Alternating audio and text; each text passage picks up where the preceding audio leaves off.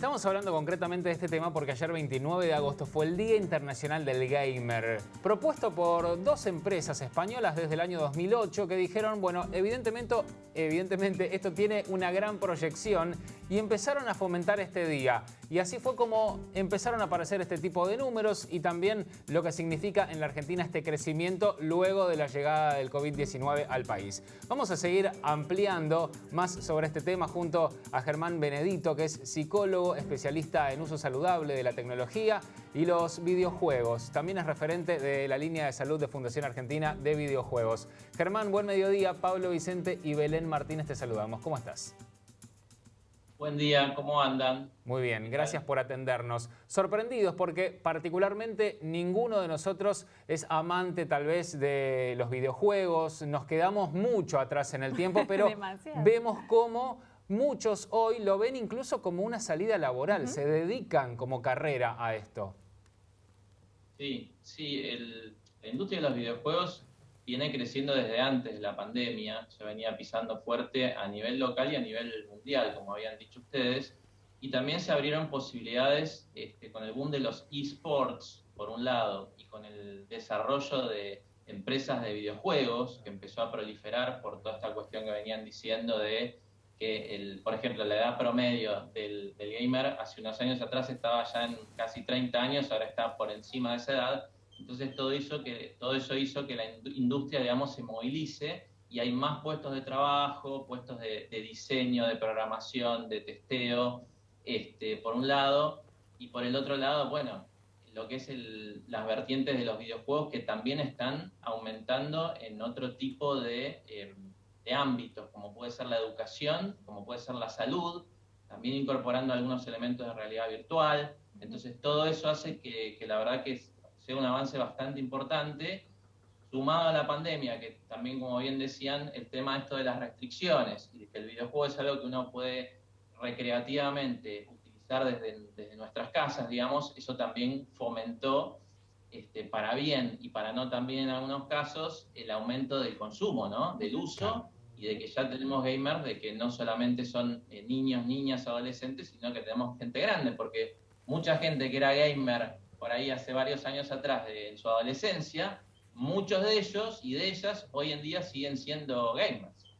Germán, es muy interesante todo este tema, sobre todo porque para muchos es nuevo y está bueno también entender qué hay detrás de toda esta situación, ¿no? Sobre todo porque si uno tal vez se basa en la familia y dice, bueno, los chicos están jugando con la Play todo el día y hay que ponerle ciertos límites, hay que jugar hasta tal horario, no podemos estar todo el día conectados y jugando.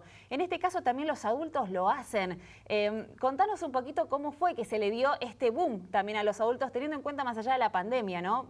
¿Por qué es que se volcaron tanto a esto? Bueno, sí.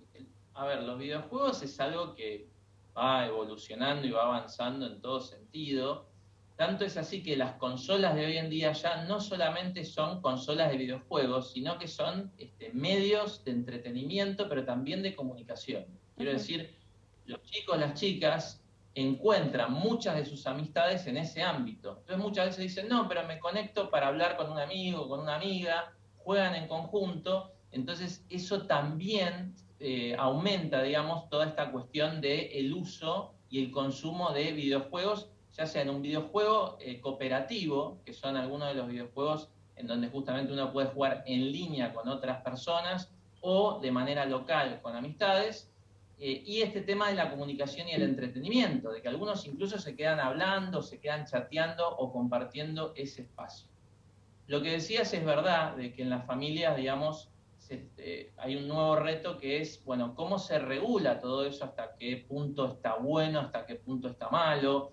Esto es como todo, ¿no? Un uso excesivo o un abuso hay que medirlo, hay que regularlo. Yo tengo algunos casos en clínica que estoy atendiendo en donde justamente viene esta cuestión de, bueno, cómo lidiar con esta situación en donde encima confluye, por ejemplo, el tema de las clases virtuales que se usan en la computadora y muchos chicos y chicas también juegan en la computadora, ¿no? Entonces ese mismo elemento se hace más difícil y también en la casa de poder controlar. Bueno, el tema de los límites... Sí, Germán, justamente vos en una entrevista dijiste prácticamente eso que seguramente vas a empezar a adelantarnos, que es una buena oportunidad para los padres saber y de tener un control con quiénes hablan, qué es lo que están haciendo. Esto de que el contacto directo con el resto de la vida de los chicos sea a través de esa computadora, no solamente por la Play, que era una consola, o como nosotros nos quedamos en el tiempo diciendo una consola, y que el que la usaba se quedaba encerrado en su casa. Ahora la conexión directamente va por ahí. Los chicos te dicen, no, pero esto es justamente donde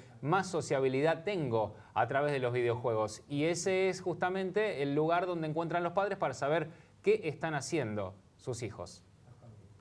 Sí, ese es un tema, es una aposta que sí o sí tienen que agarrar los padres de hoy en día, de primero chequear cuál es el contenido, cuáles son los videojuegos que están consumiendo sus hijos. Al igual que los videojuegos antaño en el Blockbuster tenían una segmentación, una categorización por edades, en los videojuegos también hay sistemas. Los dos más importantes son el ESRB de Estados Unidos y el PGI de Europa, que plantean una regulación en función a los contenidos, ¿no? Entonces, ese es un elemento que hay que tener muy en cuenta.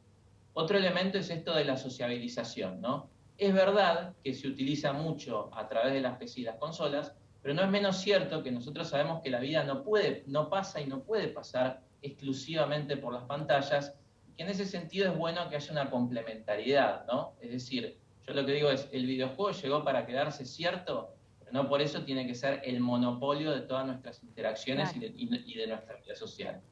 En ese sentido, lo que es bueno es justamente fomentar otras actividades complementarias, en lo posible que no sea todo a través de la pantalla, sobre todo si pensamos en términos de salud, lo que tiene que ver con ejercicio físico, con salir afuera a tomar aire, andar en bici, ese tipo de actividades, en patines, lo que fuere, y que todo eso complemente, ¿no?, la vida social y el desarrollo de los chicos y las chicas.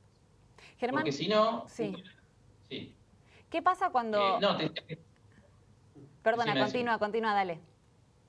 No, que si no, digamos, esto va a entorpecer ese desarrollo. Es decir, cuando yo me vinculo con otro ser humano, ¿no? Desde todo sentido, desde vínculos, amistades, incluso si me gusta un chico, una chica, bueno, todo eso, si yo vivo a través de una pantalla, va a ser todo muchísimo más difícil, y voy a tener una distorsión de lo que es la realidad con lo que la forma en que me estoy comunicando. Ahora, hay que hacer un equilibrio, es decir, es como si yo me pusiera a ver Netflix todo el tiempo, lo que fuere, tampoco está bueno, ¿no? No, lógico. Entonces, bueno, los videojuegos un poco hay que tenerlo en esa óptica. Hay un montón de aspectos que están buenos, que realmente uno puede desarrollar competencias, habilidades, el tema de memoria, de concentración y de atención, pero en un uso regulado, medido, y si estamos hablando de menores, controlado en una medida saludable por los padres. Ahí están los famosos límites que hay que poner. ¿Qué pasa cuando tal vez no se ponen esos límites? ¿Qué puede llegar a suceder cuando se exponen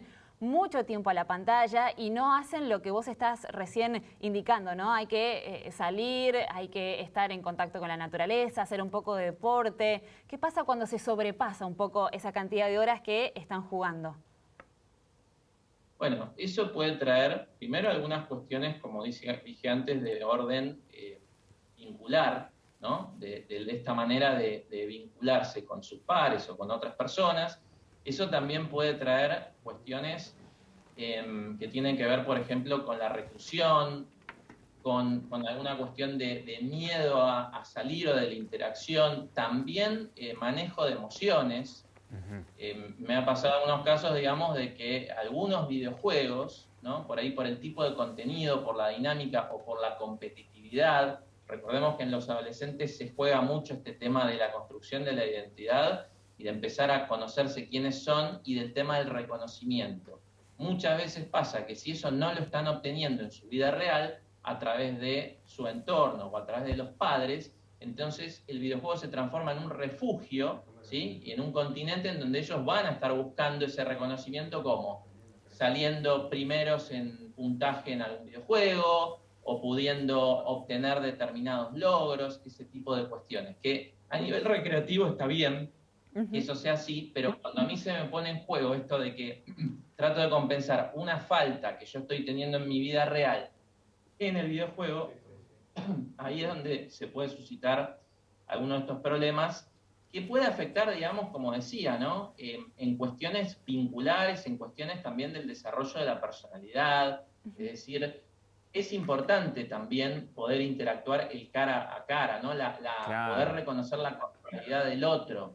Eso es algo que tiene que seguir existiendo porque somos seres humanos, seres sociables y seres que interactuamos en una charla que puede ser en la casa de alguien, en un bar, que todo eso obviamente la pandemia nos ha restringido bastante, ¿no? Pero bueno, ahora que de a poquito por ahí se están abriendo, se está volviendo a abrir las puertas del mundo, en ese sentido poder fomentar ese equilibrio entre actividades y poder vivir en el mundo real complementariamente con lo que uno puede hacer en un mundo virtual, ya sea un videojuego o cualquier otra actividad. Claro, es un mundo nuevo para muchos y es el momento de los padres aprovechar de saber qué es lo que están haciendo, con quién están hablando, estar un poco más cerca. Y imaginamos también que para los chicos debe ser complicado luego salir de ese mundo virtual y encontrarse con una interacción real. La verdad que eso es para seguir analizando mucho. Germán, te agradecemos por el tiempo, por estar con nosotros y toda esta información. Te mandamos un abrazo. A ustedes. Hasta luego, un gusto. Muchísimas gracias. Hablábamos con Germán Benedito, que es psicólogo especialista en uso saludable de la tecnología y los videojuegos, también referente de la línea de salud de Fundación Argentina de Videojuegos, con respecto a este número que llama la atención con respecto al crecimiento del último año de gamers en nuestro país y el mundo. Concretamente en la Argentina, 19 millones de personas juegan en línea.